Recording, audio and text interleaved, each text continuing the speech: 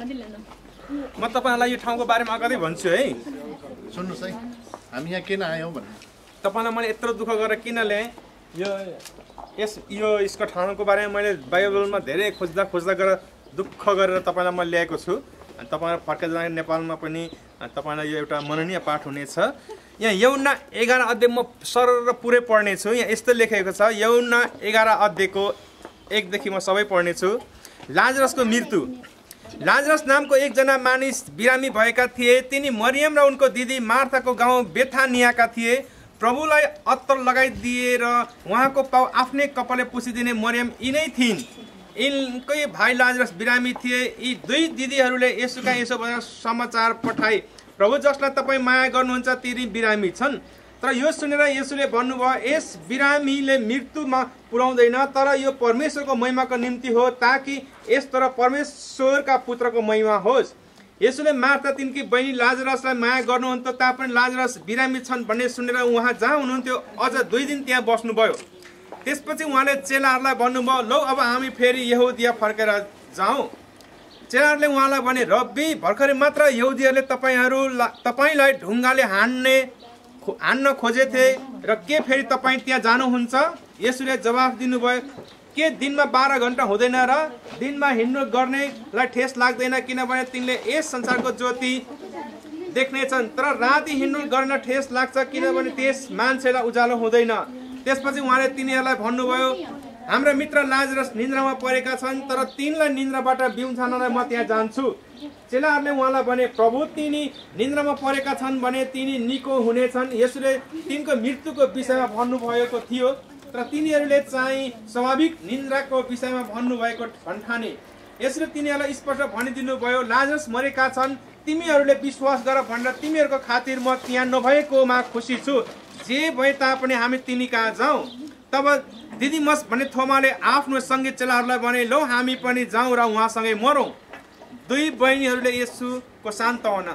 जब येशू आइपुग्नु भयो तब लाजरसलाई चिहानमा राखेको 4 दिन भइसकेको थाहा पाउनुभयो। बेथानिया यरुशलेमदेखि नजिकै छ हैन। बेथानिया चाहिँ यो ठाउँ यरुशलेमदेखि करिब 6 किलोमिटर छ।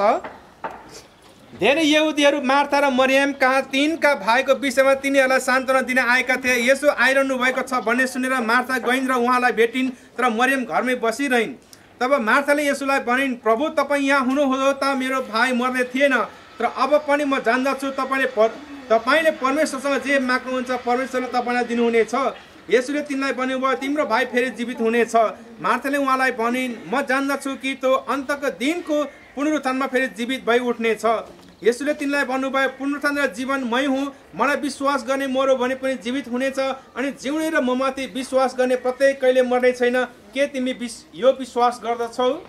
तिनले उहाँलाई भनिन्, हो प्रभु, म विश्वास गर्दछु तपाईँ संसारमा आउनुहुने ख्रीष्ट परमेश्वरका पुत्र हुनुहुन्छ। यति भनेर तिनी गइहालिन् र आफ्नो बहिनी मरियमलाई बोलाएर सुटुक्क भनिन्, गुरुजु आइपुग्नु भयो र तिमीलाई बोलाउँदै हुनुहुन्छ। यो सुनेर मरियम झट्टै उठेर उहाँ कहाँ गइन्। त्यस बेलासम्म येशू गाउँमा आइपुग्नु भएको थिएन, तर उहाँ त्यही ठाउँमा हुनुहुन्थ्यो जहाँ मार्थाले उहाँलाई भेटेकी थिइन्। घरमा तिनलाई सान्त्वना दिन आएका यहुदीहरूले मरियम झट्टै उठेर बाहिर गएको देखेर तिनी त्यो चिहानमा रुन गएका हुन् भन्ठानेर तिनको पछि लागे। चिहान भन्नाले यो। जब मरियम येशू हुनुभएको ठाउँमा आइन् र उहाँलाई देखिन्, तब यसो भन्दै तिनी उहाँको पाउमा परिन्, हे प्रभु तपाईँ यहाँ हुनुहुँदो हो त मेरो भाइ मर्ने थिएन। जब येशूले तिनलाई रोइरहेको र तिनीसँग आउने यहुदीहरू पनि रोइरहेका देख्नुभयो, तब उहाँ आत्मामा ज्यादै व्याकुल हुनुभयो अनि अति दुखित हुनुभयो। उहाँले तिनीहरूलाई भन्नुभयो, तिमीहरूले तिनलाई कहाँ राखेको छौ? तिनीहरूले उहाँलाई भने, प्रभु आएर हेर्नुहोस्। हैन, प्रभु आएर हेर्नुहोस्। यो चिहान भन्नु खोजेको हो। येशू रुनु भयो। जब तिनीहरूले चिहान देखाए, लाजरस भित्र मरेर गाडेर राखेको छ, अनि तिनीहरूले देखाए, अनि मरेको चिहानसँग धेरै मानिसहरू रोइरहेको थिए। अनि येशू पनि आउनुभयो, अनि येशू पनि रुनु भयो। यसकारण यहुदीहरूले भने, हेर उहाँले तिनलाई कति माया गर्नुहुन्थ्यो। तर कुनैले भने, के अन्धाका आँखा खोलिदिने तिनले यस मानिसलाई पनि मरणदेखि बचाउन सक्ने थिएनन् र? तब येशू फेरि ज्यादै व्याकुल भएर चिहानमा जानुभयो। यो चिहान एउटा उडारमा थियो। मैले यो खोजेको चाहिँ किन भन्दाखेरि यहाँ के लेखेको छ, यो चिहान एउटा उडारमा थियो है। लाजरसको चिहान पहिले मैले खोज्दा झन्डै 150 भन्दा बेसी सेकल खर्च गरेर गाडीमा अघि जस्तै ट्याक्सीमा खोज्दै आएँ। मैले यो चाहिँ के लाजरसको चिहान एउटा ओडारमा थियो। अनि यो तपाईँलाई हामी गयौँ भने तपाईँ र मैले ठ्याक्कै ओडार नै पाउनेछौँ। यो त्यसको मुख एउटा ढुङ्गाले ढाकेको थियो। अरे हामी त भित्र गएपछि पाउनेछौँ त्यहाँ ढुङ्गाले ढाक्ने भागहरू पनि। येशूले तिनलाई भन्नुभयो ढुङ्गा हटाइदेऊ। मृत मानिसको दिदी मार्थाले उहाँलाई भनिन् हे प्रभु यस बेलासम्म त त्यो गनाउन लागिसक्यो होला किनकि त मरेको 4 दिन भइसक्यो। येशूले तिनलाई भन्नुभयो के मैले तिमीलाई भनेको होइन तिमीले विश्वास गर्यौ भने परमेश्वरको महिमा देख्नेछौ। तिनीहरूले ढुङ्गा हटाए अनि येशूले मासतिर नजर उठाएर भन्नुभयो हे पिता म तपाईँलाई धन्यवाद दिन्छु किनकि तपाईँले मेरो बिन्ती सुन्नुभयो। म जान्दा थिएँ कि तपाईँले मेरो बिन्ती सधैँ सुन्नुहुन्छ तर यहाँ उभिएको भिडको खातिर मैले यो भनेको हुँ ताकि तपाईँले मलाई पठाउनु भएको हो भने तिनीहरूले विश्वास गरून्। अनि यो कुरा भन्नुभएपछि उहाँ उच्च स्वरले कराउनु भयो लाजरस बाहिर निस्कि आओ।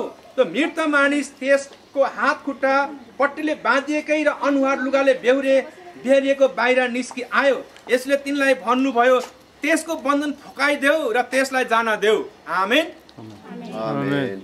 एकजना व्यक्ति जो चाहिँ यो गाउँमा बेथानिया गाउँमा मार्था मरियम र लाजरस 3 जना परिवार थिए। त्यो घरमा येशू ख्रीष्ट जब चाहिँ जेरुसलेम जानुहुन्थ्यो यरुसलेम अनि यो त्यो घरमा बस्नुहुन्थ्यो है। केही समय बित्दै जाँदाखेरि चाहिँ के भयो भने लाजरस मरो। हुनसक्दा चाहिँ औलो रोग लागेर त्यतिखेर होइन केही बिरामी भएर मरो।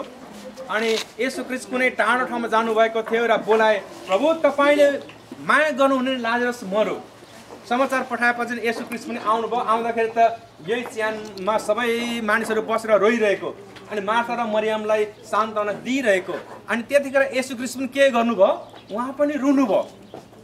तपाईँ हामी पीडित हुँदाखेरि तपाईँ हामी रुँदाखेरि हामी शोक गर्दाखेरि